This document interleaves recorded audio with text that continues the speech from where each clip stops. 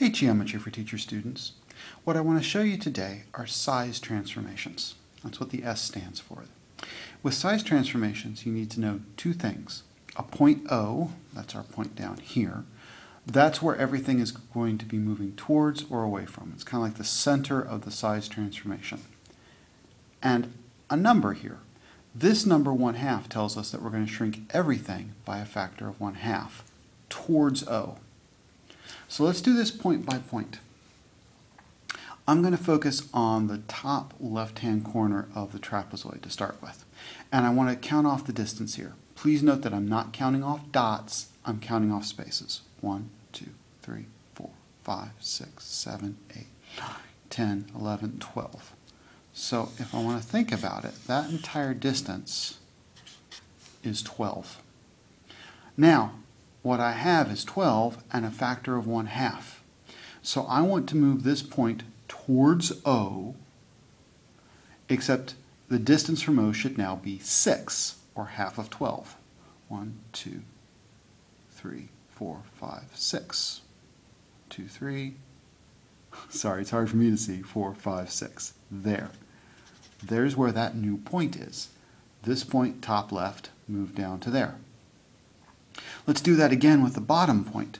1, 2, 3, 4, 5, 6, 7, 8. This point is a distance of 8 away. Half of 8 is 4. 1, 2, 3, 4. So that's the location of the new point. Let me do that again with this point over here on the bottom right. And I'm going to count diagonals. 1, 2, 3, 4, 5, 6, 7, 8. So this space here is 8. I want to think about that as 8 diagonals.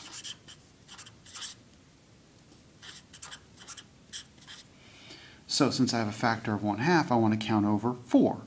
1, 2, 3, 4. 4 diagonals. You can start to see what the shape looks like. And I could do this once more with that point up there. But you can also think of it as this distance here is 1, 2, 3, 4. So when I divide by 2, I get that shape. That's my size transformation.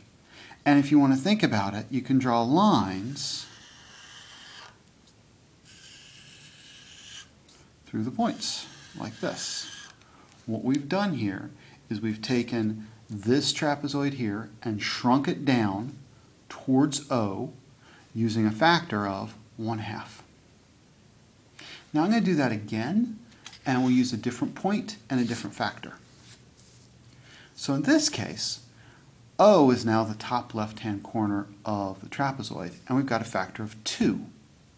So now we're going to be expanding the shape instead of contracting it. It's the same idea, however. We're going to find our distance from O and then multiply by the factor. So let's see. The distance for the bottom left corner, that's 1, 2, 3, 4 away from O. So I want to go 1, 2, 3, 4, 5, 6, 7, 8. That is my new location there. And let's see, 1, 2, 3, 4. It's 4 to go from the top left to the top right, so I want to move over 8. 1, 2, 3, 4, 5, 6, 7, 8. Hey, where does O move to? Well, O is a distance of 0 from itself, so when I multiply that by 2, I still get 0.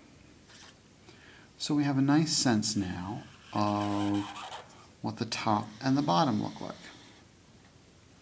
Now once you have that, you can start to generate the entire shape. So for example, this distance along the bottom is 1, 2, 3, 4, 5, 6, 7, 8. So I want twice that to create the bottom of my new parabola. 1, 2, 3, 4, 5, 6, 7, 8, 9, 10, 11, 12, 13, 14, 15, 16. And there we go. And I bet I could just connect the dots. Yay, it all works out. Oops. Sorry, didn't realize you couldn't see that. There it is. And again, if you wish, we can draw a line from O from that vertex to that vertex. So what have we done here?